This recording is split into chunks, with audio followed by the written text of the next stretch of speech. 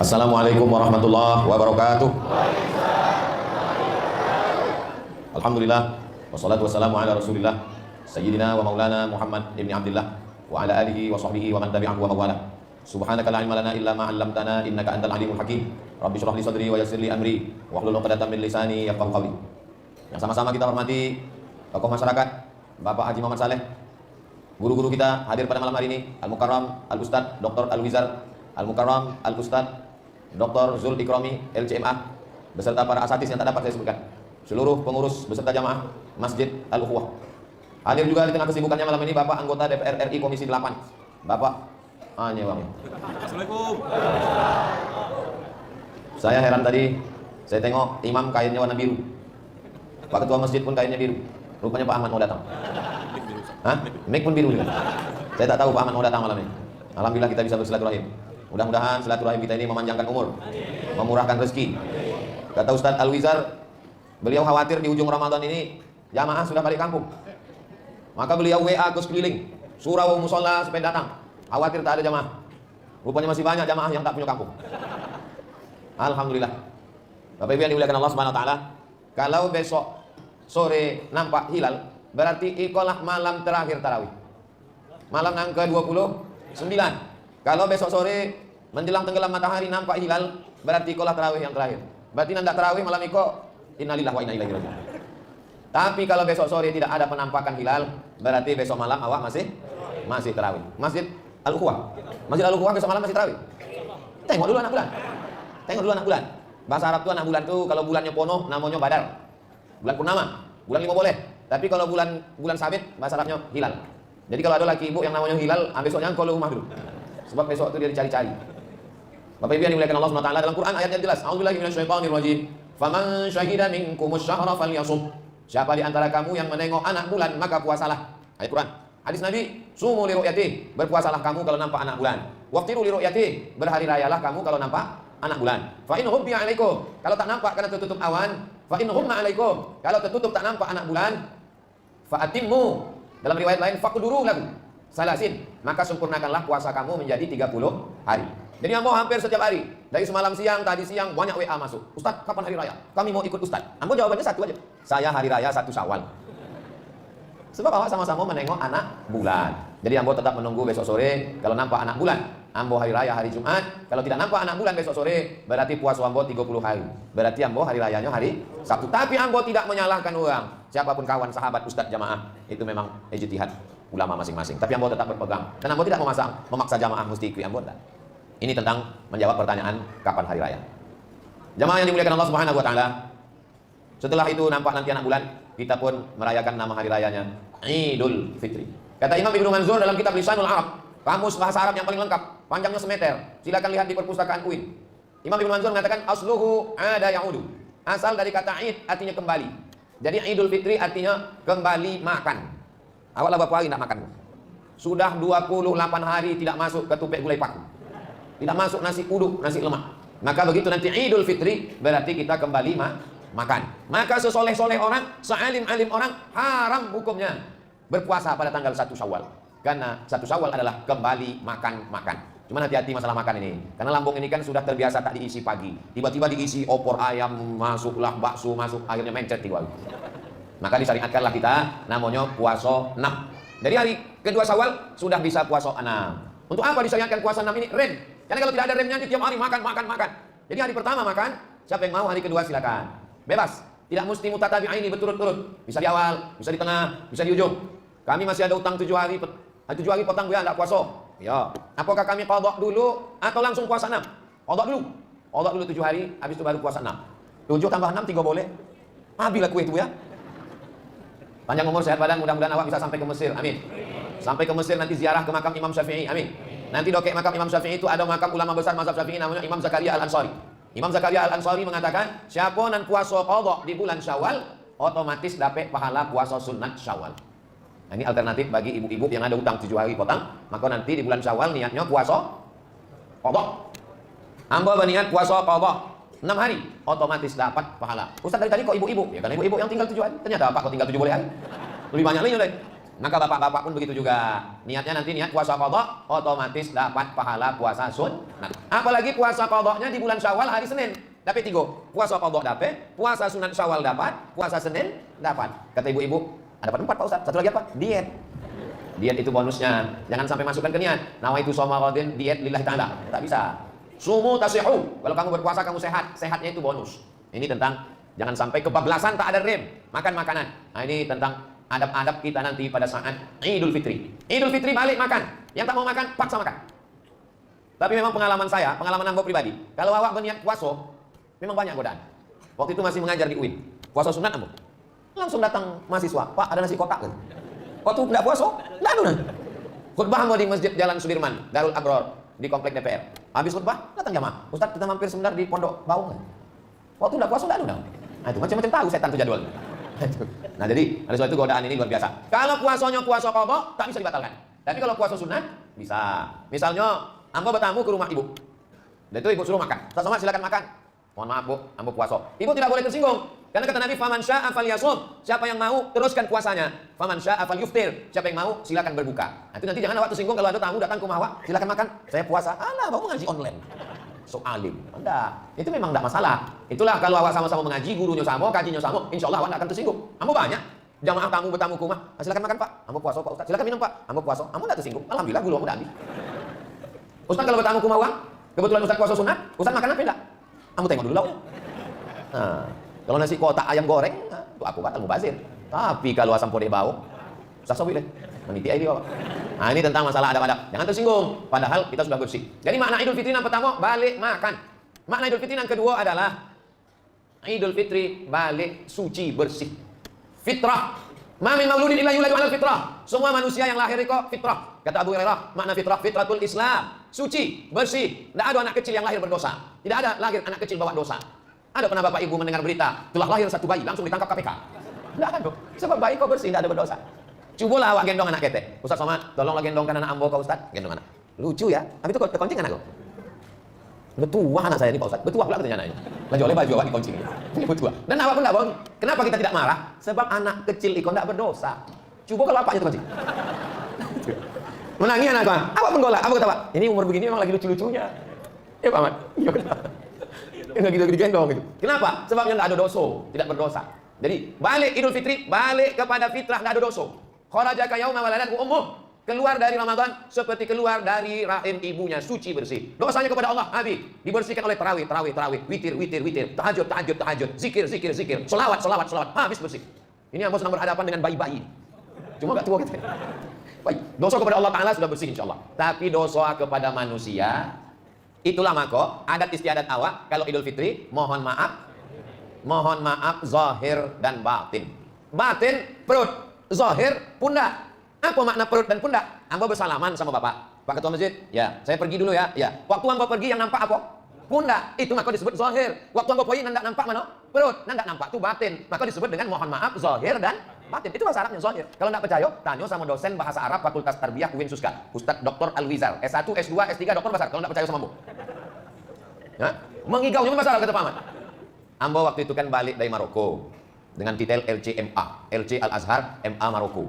Mendaftar jadi dosen bahasa Arab di UIN.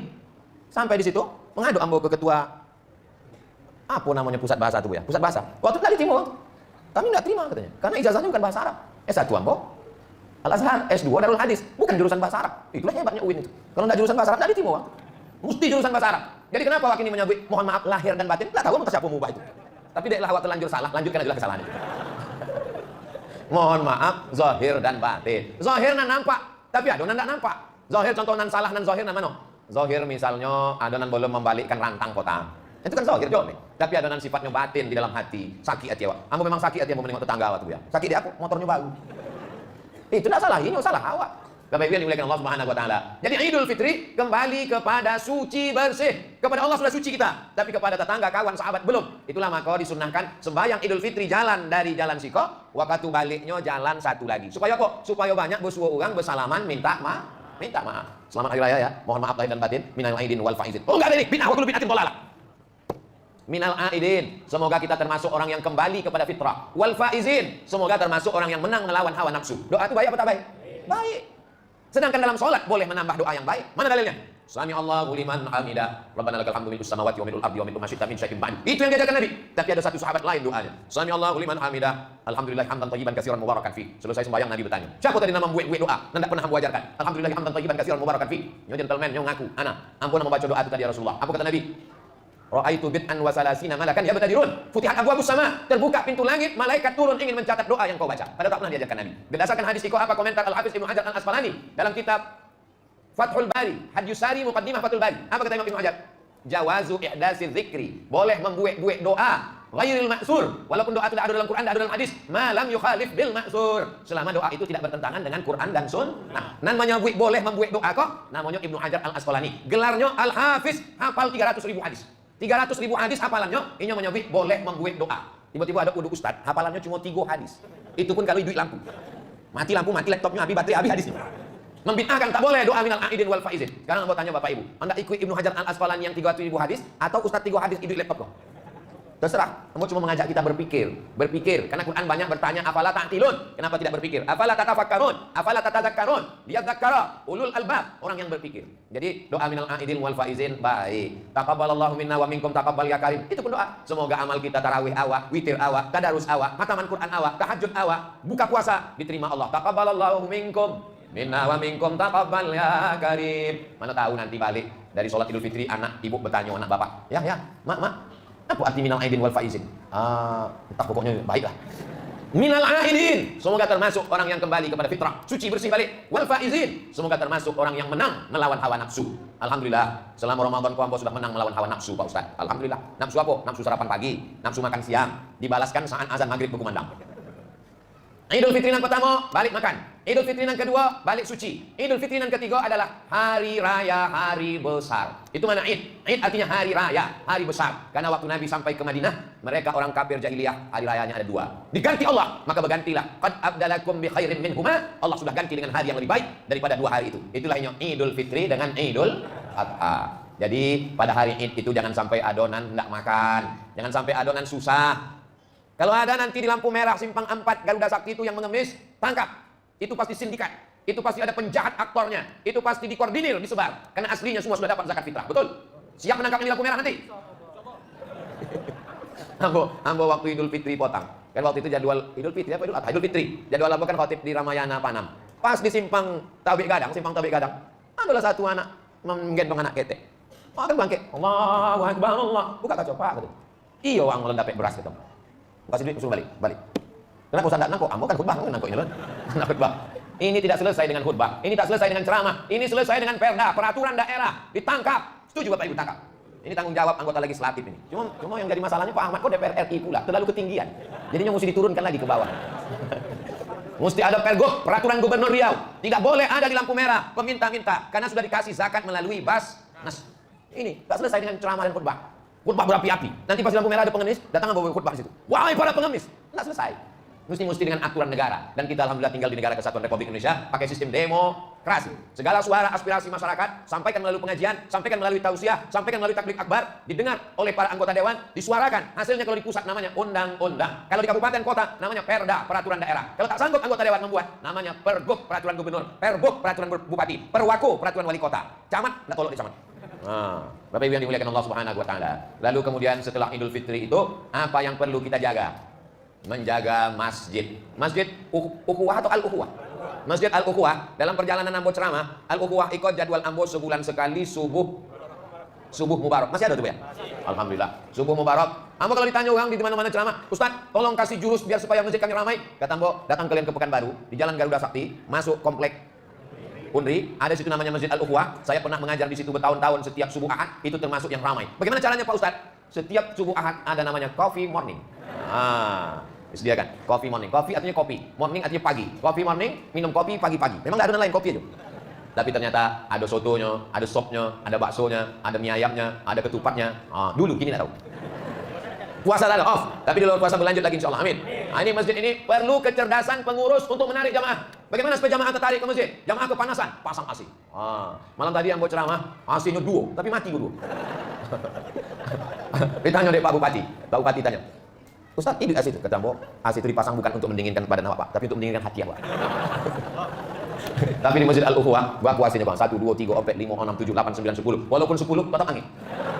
Entah AC kok lamun di servis. Tapi nan jole ikut jumlah jamaah kok kalau masuk kampungnya over capacity. Ikulah di luar kemampuan iko. Nah, itu jadi bukan salah AC-nya. Bagaimana supaya jamaah tertarik ke masjid? Maka baguskan karpetnya. Tengok. Dulu bagus kok, ini udah agak rontok. Macam mana supaya jamaah kau tertarik ke masjid? Buat di sekelilingnya ada kaligrafi yang cantik-cantik. Karena mata ini, zayyana sama ad-dunya bizinatinil kawakib. Kami hiasi langit dengan bintang ke bintang. Jadi mata awak menengok langit itu yang cantik, yang indah. Maka di masjid ini kaligrafinya cantik, indah. Ada pula terjemahnya di belakang hadis. Sebaik-baik kamu adalah orang yang mempelajari Al-Quran dan mengajarkannya. Hadis riwayat Bukhari. Pasang di bawah Bukhari. Dipasang lampu cantik. Sodorang ibu-ibu yang sholat ke Masjid Al-Ukhuwah kok balik pasti minta bolikan ke lakinya lampu condong ikut. Minta condong ukhuwah katanya. Kadang sembahyang awak di masjid, Qurannya tak jelas susunan, tapi di Masjid Al-Ukhuwah tengok cantik. Dari susunannya nampaknya Qurannya tak pernah dibaca. Bukan begitu Bu ya. Iko baru disusun tadi, cantik luar biasa. Nah itu toiletnya juga, toiletnya bagus, rapi, bersih. Jadi apalah kurangnya masjid Iko? Ada satu kurang, kanopi. Nah, di situ pintu masuk. Mana kotak sedekah tadi? Sebarkanlah, siapa yang kuning? Kanopi. Kotak, mainkan kotak. Di muka kok, sebab banyak ikan-ikan godang sudah. Bapak Ibu yang dimuliakan Allah. Kalau malam pertama Ramadan, malam kedua, malam ketiga, mungkin orang masih ketek-ketek sebab masih ada 3 boleh malam lagi. Iko malam terakhir kalau besok nampak anak bulan. Jadi masukkanlah sisa-sisa yang batal kemarin, masukkan saudara. Masukkan sama dompet-dompetnya sekalian. Bapak Ibu yang dimuliakan Allah Subhanahu wa taala. Masjidnya bagus, tapi kadang sumber dayanya dari mulai muazzinnya, imamnya, masjid awak imam masyaallah. Di antara imam yang ambo suko termasuk Imam Al-Ukhuwah itu. Suko. Kadang ada imam iko mantap, cuma ayatnya terlalu panjang. Iyo, sama ikut. Kalau ikut pas lah, ibarat makanan sudah ngelok gitu. Nah, itu. Suaranya merdu, hafalannya mantap. Imam awak bukan tidak bisa ayatnya panjang. Pertama waktu kami tahajud sama Pak Ahmad di Al-Falah, panjang. Bisa, nyekori, hafal. Di Quran itu saudara di kepalanya, 30 juz di kepala. Kalau kepala mbok, juz 30. Nah itu. Jadi beruntung dan bertuah Bapak Ibu. Sumber dayanya ada, khotib imamnya mantap, Bilalnya tadi Bilal. Subhanal malikil ma'bud, subhanal malikil mawjud. Ambo semua yang ditompel lain, enggak boleh apa gitu. Coba selawatnya tadi. Ibu di belakang mendengar selawat tadi jelaskan. Allahumma sholli ala sayyidina Muhammad. Allahumma sholli wa sallim wa barik alaihi. Allahumma sholli ala sayyidina wa maulana Muhammad. Allahumma sholli wa sallim wa barik alaihi. Allahumma sholli ala sayyidina wa nabiyina wa syafi'ina wa zukhrina wa maulana Muhammad. Allahumma sholli wa sallim wa barik alaihi. Ditompel lain kan. Allahumma sholli alaihi. Jadi Masjid Al-Ukhuwah kok menjadi masjid standar. Bagi masjid-masjid yang bingung untuk standar bangunan dari mulai fasilitas sampai imam, saya mengajak kepada masjid pengurus Masjid Pekanbaru, datanglah kalian piknik ke Masjid Al-Ukhuwah ini. Karena di sini guru-guru awak, ada Ustaz Maghfirah, ada Ustaz Al-Wizar, ada Buya Zul Ikrami, maka mereka ini mudah-mudahan panjang umur sehat badan. Allah tidak mencabut ilmu, innallaha la yanzi'ul ilma intiza'an. Macam mencabut pokok kayu dari tanah. Tidak begitu. Tapi bagaimana Allah mencabut ilmu? Biqabdil ulama. Dicabutnya ilmu itu dengan meninggalnya ulama. Kalau ulama sudah meninggal, awak tidak punya pegangan. Jadi Masjid Al-Ukhuwah, fisiknya bagus, SDM-nya bagus, dan ada ulama-ulama yang menjaga, yang insya Allah tidak mungkin awak salah. Karena setelah meninggal Nabi, yang ditinggalkan tinggal lagi satu. Al-ulama warasatul anbiya. Nah ini, masjid ini terus tetap kita jaga. Siap Bapak Ibu memakmurkan masjid di luar Ramadan? Sedangkan yang udah balik kampung aja penuhnya macam ini. Aku lagi nanti setelah yang balik kampung itu balik ke siko, maka insya Allah melimpah ruah. Tapi itu tadilah, masjid ini penuh tapi tak bisa duduk di samping karena lu nadukan kopi tadi. Nah, ini memang mesti diingatkan agak 2-3 kali. Sampai lupa. Nah, lalu apa lagi yang perlu kita jaga? Yang perlu kita jaga adalah perasaan orang lain. Itulah yang kita lakukan selama Ramadan ini. Selama Ramadan kita dididik untuk merasakan perasaan orang lapar. Lapar itu tak bisa diceritakan rasanya Bapak Ibu. Jadi kalau ada orang nggak Islam bercerita tentang lapar. Seminar internasional membahas kelaparan di Afrika, Ethiopia. Tanya dulu, orang pernah lapar? Enggak. Enggak bisa membahas lapar. Narasumbernya kenyang. Moderatornya kenyang. Pesertanya kenyang. Tidak melahirkan apa-apa, guys. Uang konyang nggak bisa bicara lapar. Maka yang bisa bicara tentang pengentasan kemiskinan, kelaparan adalah orang yang sudah berpuasa. Cobalah deskripsikan tentang lapar. Nanti Bapak Ibu kasih anak-anak kertas, kasih pena, ceritakan tentang lapar. Walaupun sama-sama lapar, sama-sama di masjid, sama-sama berbuka, tapi bahasanya beda-beda. Coba nanti tes, nanti kumpulkan kertasnya, baca satu-satu. Lapar adalah ketika usus melilit-lilit. Satu kertas lagi. Lapar adalah ketika suara cacing mulai kompak. Karena lapar tak bisa diungkapkan dengan kata-kata. Lapar itu langsung dalam bentuk berbagi. Makanya tak diterima puasa orang kalau dia tidak berbagi. Dan yang disebut berbagi itu adalah berbagi zakat fitrah. Bila wajib membayar zakat fitrah. Kalau besok sore nampak hilal anak bulan, lalu kemudian besok diumumkan, maka maghrib besok mulai wajib membayar zakat fitrah sampai khotib naik mimbar. Sama waktu wajibnya dengan waktu takbir. Allahu Akbar, Allahu Akbar, Allahu Akbar. Pekan baru. Sampai jam 2 malam takbir berkumandang. Tengok masjid dulu. Rupanya flash disk. Nggak tahu orang cucu aja belajar nyepel loh. Makanya banyak yang masuk surga itu nanti flash disk. Itu bedanya Masjid Al-Ukhuwah. Anak-anak muda kok dilatih untuk bertakbir. Berapa kali puasa awak nggak bisa bertakbir? Malam takbiran tidak boleh. Kenapa? Karena Covid sedang takbir juga. Tapi begitu Covid berakhir, maka silakanlah agungkan asma Allah. Guna takbir itu bagi orang yang menyepelekan umat Islam, mengatakan umat Islam tidak bersatu, umat Islam tidak ada. Menengok orang bertakbir sampai 2 km panjang. Buat Pekanbaru tuh Ustaz. Waktu malam Idul Fitri kami tengok bertakbir dari mulai pasar pagi Arengka sampai ke arah Sukakarya. Itu bukan takbir, itu macet. Ini tidak bisa dibedakannya mana yang grup takbir, mana yang grup macet. Anak-anak muda, jangan kotori malam Idul Fitri dengan maksiat. Idul Fitri itu artinya balik ke fitrah, bukan balik ke fitri. Ya, masih membonceng si fitri. Tanya malam apa kok kembali ke fitri, Bu ya? Ilaha illallah Muhammad Rasulullah. Sore, orang asik menengok hilal, nyepur sore itu mau nyervis motor malam. Mana pengaruh Ramadan itu? Ramadan ini bukan bulan menumpuk amal. Ramadan ini bulan membiasakan diri. Allah bisa karena biasa. Selama bulan puasa mana ada yang bonceng-bonceng? Ditulisnya, makin banyak itu. Sampai sahur gitu. Ambo jam mompek beko bangkit ke airport. Kau tahu siang yang terakhir kok? Bukan sudah kau mati. Nah itu. Yang mau ke Ustaz Al-Wizar, nanti ambo tahu siang Masjid Al-Ukhuwah, tahu siang terakhir. Sudah itu malam jam mompek ambo ke airport, ambo ndak pergi ke Jawa Timur. Jadi sampai mana cerita tadi? Awak jagolah malam takbir itu. Apa buktinya puasa kita ini berhasil? Ringan tangan berbagi. Menengok fakir miskin tak makan, tidak diterima tarawih kita itu. La yabitu syaba'anan, laisa bil mu'min. Tidak diakui sebagai orang beriman. Maka yang diundang bulan puasa itu bukan ya ayuhan nas, ya ayyuhalladzi aman. Aku tanda beriman. Tak sampai yatim menengok orang tak makan. La yu'minu ahadukum, kamu tidak beriman. Hatta yuhibba li akhihi, kau sayang kepada saudaramu. Ma yuhibbu li nafsi, seperti sayang pada diri sendiri. Jangan sampai ada tetangga awak tak makan, jangan sampai adonan tak berbaju baru, jangan sampai adonan susah. Sebab apa? Tetangga awak tu bab uang. Kata Imam Sufyan Ats-Tsauri, ompek puluh rumah ke muka, ompek puluh rumah ke belakang, ompek puluh ke kanan, ompek puluh ke kiri. Mesti awak cek mana nak makan, mana nak makan, mana nak makan. Kalau beli baju ayo beli 3. Anak kita kan 2. Kenapa beli 3? Ada anak yatim di belakang nan mau beli baju. Nan membeli bapak, nan mengantar baju tu ibu. Jangan bapak mengantar. Beko maknya cantik berkelahi belakang gara-gara. Ini penting, nampaknya sepele, remeh-temeh. Tapi ini adalah pelajaran Islam mengajarkan tidak hanya hablum minallah, tarawih, witir, iktikaf, Lailatul Qadar, tapi juga ada kepedulian bersama sosial. Maka orang yang enggak membayar zakat fitrah, mengawang-awang, menggantung puasanya. Apa maksud? Apa hikmah? Apa filosofinya? Bahwa seimbang antara hablum minallah dengan hablum minannas. Bapak Ibu yang sudah membayar zakat fitrah, berarti membayar zakat fitrah waktul jawaz. Bapak Ibu sudah bayar zakat fitrah? Bagi yang belum bayar zakat fitrah, kalau besok nampak anak bulan, besok malam membayar sampai khotib naik mimbar. Siapa nanti duit bernyawa di atas muka bumi dari mulai azan maghrib sampai khotib naik mimbar wajib membayar zakat fitrah. Jadi siapa yang tidak ingin membayar zakat fitrah, meninggallah habis asar besok sore. Kalau memang besok nampak anak bulan, jadi tinggal menunggu besok nampak, lalu kemudian bayarkan zakat fitrah. Ambo, ini jadi konflik masalah kini, sebab pusat mengumumkan 2,7. Provinsi menyebut 2,5. Ambo dapat WA, 25 atau 27? 25 atau 27? Kata Ambo enggak pusing, sebab Ambo dari dulu 3 kilo. Dari mana Ustaz dapat 3 kilo? Sebab zakat fitrah itu satu sok, sampai mut. Satu mut itu 7,5, 3 kilo. Andai pakai 2,5, berarti yang wajib 2,5. Yang setengah kilo sedekah. Andai pakai 2,7, berarti yang wajib 2,7. Yang 3 on terhitung sebagai sedekah. Awak jangan hitung-hitung sama Allah. Nanti Allah hitung-hitung pula sama awak, dikasihnya napas awak setengah. Judul lagunya setengah napasku pergi. Bapak Ibu yang dimuliakan Allah Subhanahu wa taala. Bapak Ibu yang sudah bayar zakat fitrah alhamdulillah. Ambo dari 2008 balik dari Maroko, pertama Ramadan Pekanbaru 2008. Kinilah 2023. 3 boleh tahun. 5 boleh tahun, 5 boleh kali Ramadan. Tidak pernah bayar zakat fitrah pakai duit. Ambo membayar zakat fitrah pakai beras. Ambo beli beras, ambo masukkan seplastik 3 kilo, ambo bayarkan zakat fitrah untuk anak, untuk keluarga. Aku zakat fitrah. Tapi ambo tidak menyalahkan yang pakai duit. Mungkin orangnya tidak mau ribet beli beras masuk payah. Pakai duit, pakai mazhab Hanafi. Potong ambo baca dalam kitab Al-Bayan lima Yushridul Adhan, Syekh Ali Jum'ah. Beberapa hari yang lalu dimuat lagi di Facebook beliau bahwa menurut mazhab Hanafi membayar pakai uang. Kini di Mesir kalau pakai uang 30 pon. Di Indonesia kalau diuangkan tak tahu berapa. Kenapa? Karena kata beliau, kalau dibayarkan gandum, orang tetap menjual gandum untuk dapat duit. Kenapa zaman dulu pakai makanan pokok? Sebab dulu transaksinya barter. Jadi kalau punya gandum, punya beras, beras bisa ganti ikan, beras bisa ganti kain. Tapi kalau kini berasnya terlalu banyak, tidak bisa ditukar pakai makanan, tidak bisa diganti sebab tidak pakai barter. Ini terserah hikmah yang luar biasa. Tapi ambo tetap pakai beras. Tapi ambo tidak mengajak mewajibkan jamaah, tapi tetap ikut kaedah-kaedah mazhab supaya jangan sampai mencampur adukkan, supaya selamat ibadah awal. Bapak Ibu yang dimuliakan Allah Subhanahu wa taala, takbir sudah, zakat fitrahnya sudah, makna Idul Fitrinya sudah, lalu kemudian Nabi naik ke atas mimbar. Hari Rabu Nabi naik ke atas mimbar.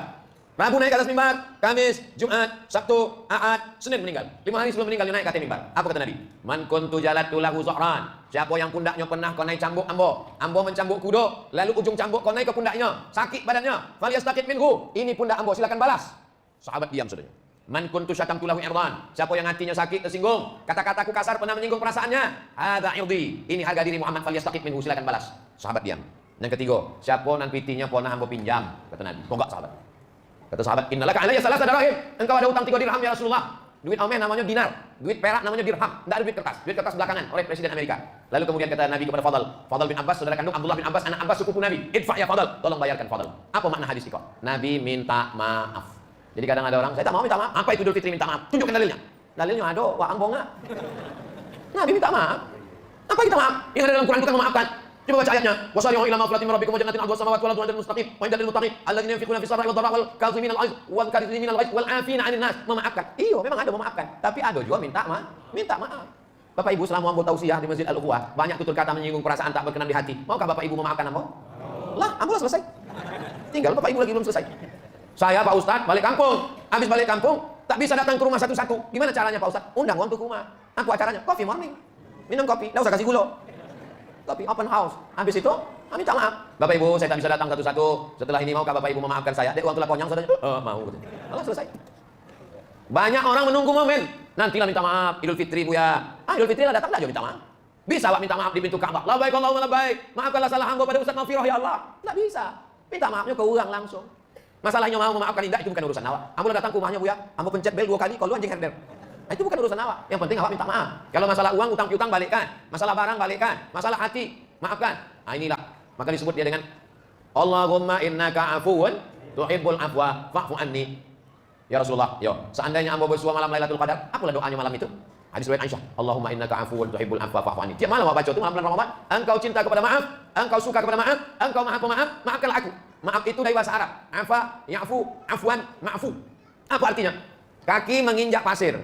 Ketika kaki menginjak pasir, lalu ada bekas tapak kaki awak di atas pasir. Datang angin kencang mengembus pasir, sehingga tak ada bekas itu lagi. Begitu tapak kaki tadi hilang bekasnya karena hembusan angin, itulah makna afu, maaf. Maaf artinya sampai tak berbekas sama sekali. Itulah makna maaf. Kalau masih berbekas, bukan maaf. Mudah-mudahan kita menjadi orang yang pemaaf insyaAllah. Sesuai dengan Allahumma innaka afuwun tuhibbul afwa fa'fu anni.